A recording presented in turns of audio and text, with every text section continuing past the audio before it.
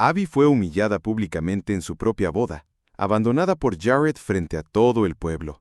Él, hijo de una familia poderosa, no solo rompió su promesa, sino que la convirtió en blanco de burla y desprecio.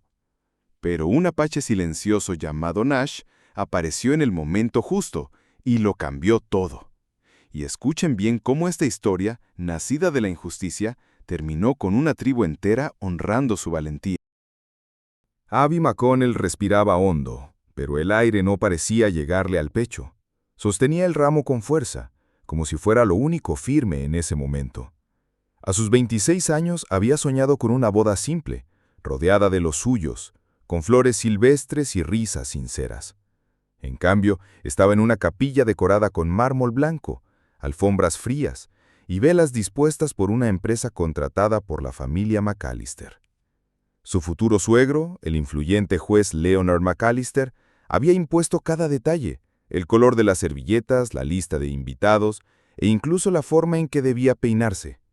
Discreta, pulcra, sin rastros de «eso apache», había dicho al ver una foto de la madre de Abby con su trenza tradicional. El único toque que le habían permitido a Abby era un broche de plata en forma de luna, regalo de su abuela materna. Lo ocultó discretamente entre los pliegues del vestido. «Por si necesito recordar quién soy», se había dicho esa mañana, sin saber cuán cierto sería. Entró a la capilla con la esperanza temblando entre las costillas. Las caras que la esperaban no eran cercanas ni cálidas, apenas reconocía a nadie. Sus 3 amigas de infancia habían sido relegadas a los últimos bancos. Su madre Margaret estaba sola en la primera fila, con la mirada contenida y el pañuelo en las manos. Abby avanzó por el pasillo con paso firme, aunque por dentro se deshacía. Pero cuando llegó frente al altar, su cuerpo se congeló. El altar estaba vacío. No había novio, ni padrino, ni flores. Nada. Un murmullo recorrió la sala, pero nadie se levantó. Nadie fue a explicarle nada, hasta que desde la puerta trasera sonó una carcajada. Jared McAllister apareció caminando sin prisa, desaliñado, con el cuello de la camisa suelto y los pantalones aún medio abiertos, como si viniera a desvestirse a las apuras, o de algo peor. Iba rodeado de sus amigos de casa. Uno de ellos, Ricky, que Abby había visto bebiendo en su despedida de soltero, sostenía su velo blanco entre los dedos como si fuera un trapo sucio. «Vaya, miren, aquí está nuestra princesa mestiza esperando a su príncipe que se dio cuenta a tiempo». Jared se detuvo a pocos pasos del altar, se cruzó de brazos y habló con una sonrisa torcida. ¿De verdad pensaste que un McAllister iba a casarse con una sangre mixta? Esto fue una apuesta, Abby, y ya la gané. La risa de sus amigos retumbó en las paredes como bofetadas invisibles. Abby no podía moverse. Sentía que sus piernas eran de cristal. Su madre, sentada al frente, soltó un suspiro ahogado y se llevó las manos a la cara. Nadie en los bancos protestó. Algunos miraban al suelo. Otros grababan con sus teléfonos. Cuando Abby intentó girar para salir, sus tacones tropezaron en la alfombra. Cayó de rodillas sobre el mármol. El ramo rodó lejos. El velo, el que no llevaba puesto porque se lo habían arrebatado, seguía en las manos del grupo que reía a carcajadas. Y entonces, en medio del silencio incómodo, una figura se levantó del fondo. No era parte de la familia, ni siquiera parecía invitado. Era un hombre alto de hombros firmes y rostro curtido por el sol. Vestía con sencillez, camisa de trabajo, pantalones de lona y botas gastadas. Tenía el cabello recogido en una trenza larga, con un pequeño colgante de piedra verde al cuello. En sus ojos no había burla, solo una calma tensa, como la de los que han visto demasiado. Caminó lentamente por el pasillo central, mientras todos lo observaban. Su andar no pedía permiso. Se detuvo frente a Abby, sin mirar a los McAllister, y se quitó su chaqueta de cuero envejecido. Con cuidado, la colocó sobre los hombros de ella, cubriendo su espalda desnuda y temblorosa. «Levántate, Abby», le dijo en voz baja, sin una pizca de duda. «Nadie que tenga corazón deja a una mujer así». Abby lo miró, aún arrodillada. No lo conocía, pero en ese instante confió. Él era Nash Longhock. apache del otro lado del valle, y había llegado justo cuando más lo necesitaba. «Nadie te dio permiso para acercarte, salvaje», tronó la voz de Leonard McAllister al ver a Nash inclinarse hacia Abby. Su tono no era el de un padre herido, sino el de un hombre que creía tener autoridad sobre todos los rincones del salón. Pero Nash ni siquiera lo miró. Se quitó el abrigo, pesado, de cuero agrietado por los años y el viento, y lo colocó sobre los hombros temblorosos de Abby. La cubrió como si el frío no viniera del clima, sino de todas las miradas que caían sobre ella. «Nadie humilla a una mujer buena así», murmuró, con voz grave pero serena. «No mientras yo esté vivo».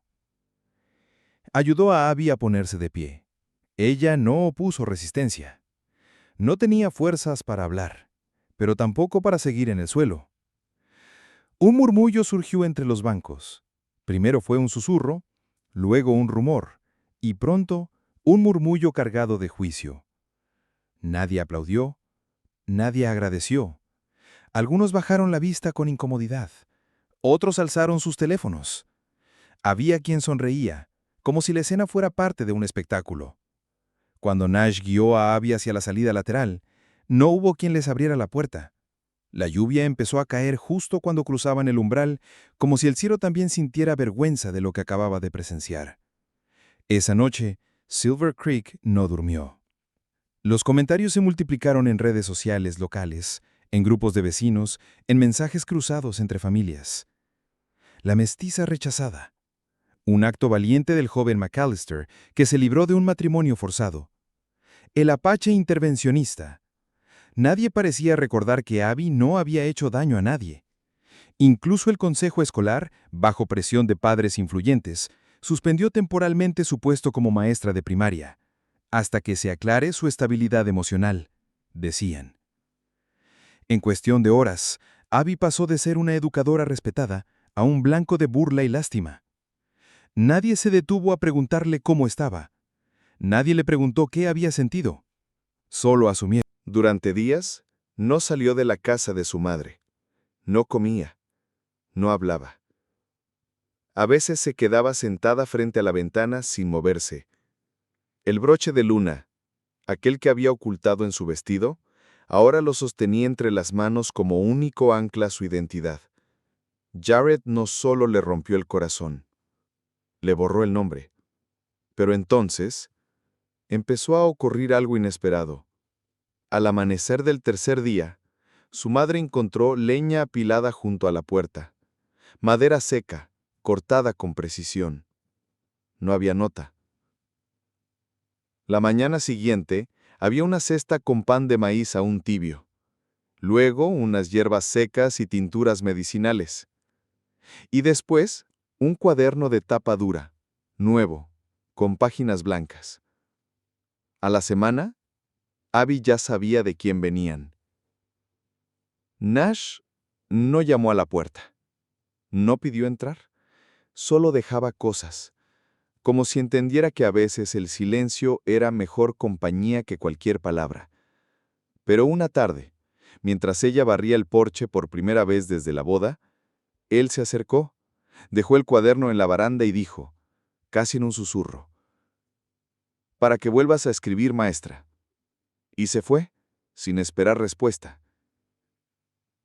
Esa noche, Abby abrió el cuaderno. Sus dedos temblaban al principio, pero pronto empezaron a moverse con firmeza. Escribió lo que no podía decir en voz alta. El dolor, la rabia, la vergüenza, la traición y la soledad. Pero también algo nuevo.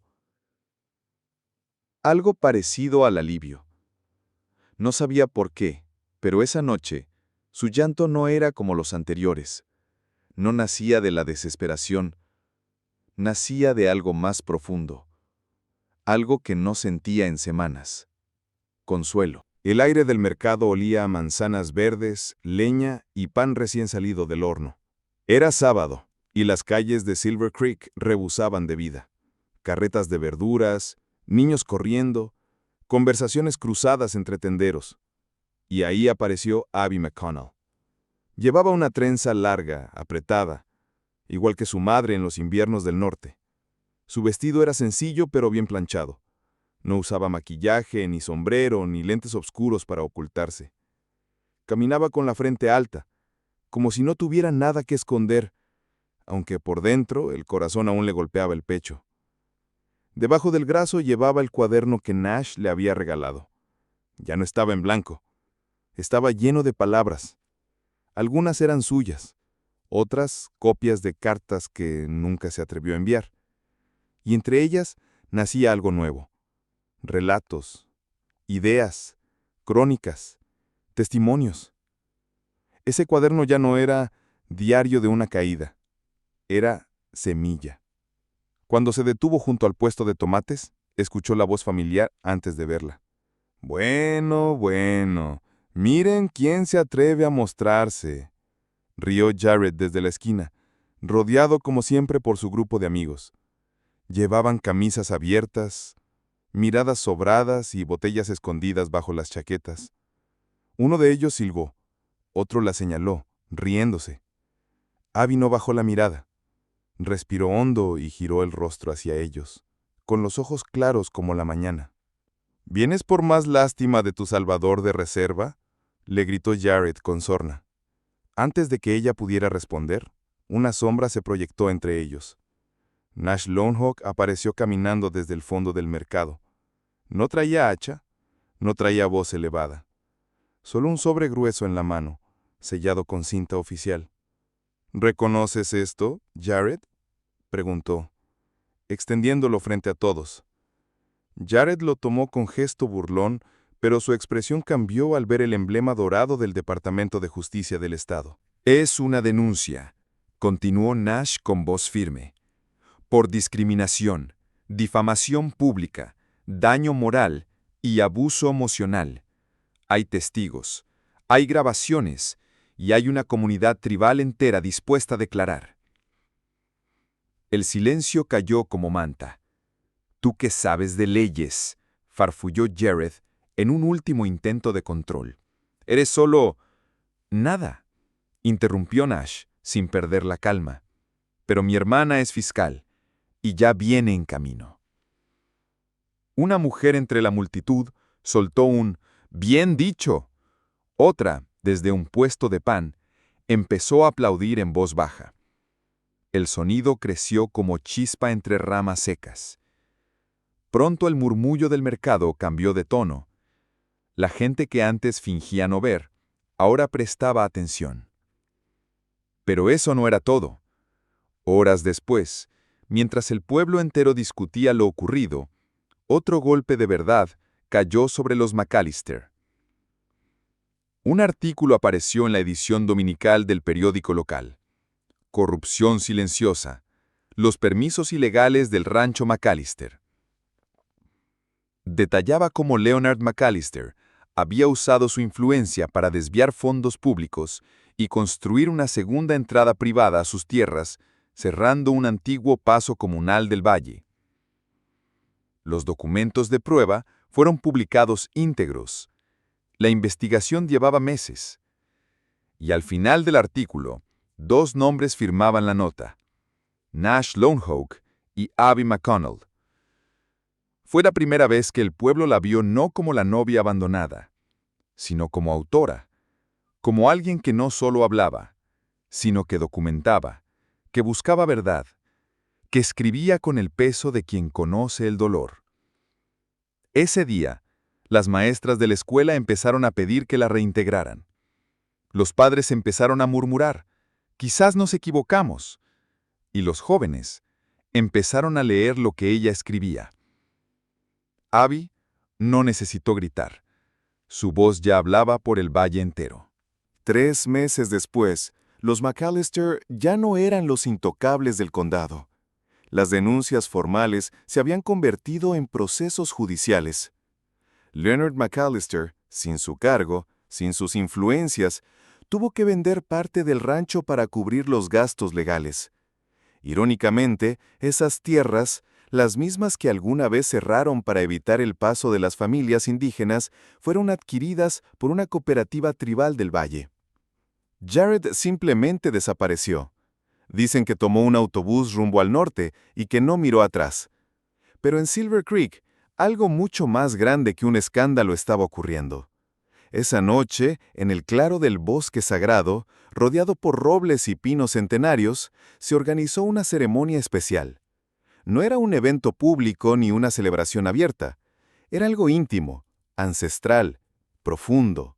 La comunidad apache había decidido agradecer no solo a los suyos, sino a alguien que, sin pertenecer por sangre, había actuado con corazón. Abby fue invitada y aceptó. Cuando llegó, el sol ya se había ocultado y las estrellas comenzaban a dibujar caminos sobre el cielo negro. Vestía un atuendo tradicional tejido a mano por las abuelas del consejo. Llevaba en la cintura un pequeño colgante con forma de luna, el mismo símbolo que alguna vez había escondido en su vestido de novia. Caminó con paso sereno, guiada por Nash. No había micrófonos, no había cámaras, se oía solo el viento entre los árboles. Solo fuego, solo tierra. El anciano jefe Graybear, de rostro sabio y voz que parecía nacer del suelo, la miró con respeto. «No viniste a pedir nada», dijo en voz alta para que todos lo escucharan. «No alzaste el puño, no exigiste venganza. Trajiste algo más poderoso: justicia, palabra y valentía. Esta tierra recuerda a quienes la honran, y tú la honraste con tu verdad». Abby bajó la cabeza, no por vergüenza, sino por gratitud. A su alrededor, los miembros del consejo comenzaron a tocar los tambores. El ritmo era lento, profundo, como latidos de montaña, como si el mismo bosque respirara con ellos. Cada golpe resonaba en el pecho, en los árboles, en el viento. Una mujer se acercó y colocó una pequeña cinta roja en la muñeca de Abby. Era un gesto simbólico, no un título, ni una membresía, sino una bienvenida espiritual. Las estrellas parecían más cercanas que nunca, y cuando Nash tomó su mano, sin palabras, sin urgencia, con la firmeza de quien camina junto a su igual, no hubo dudas. Nadie en ese círculo pensó en venganza. Pensaron en raíces, pensaron en futuro, pensaron en cómo una mujer que había sido humillada ante un altar, ahora era celebrada en el centro de la tierra. La tribu no honraba a una forastera, honraba a una hermana. Y por primera vez, mientras el tambor seguía sonando, Abby Macono también se honraba a sí misma, sin miedo, sin culpa, con voz.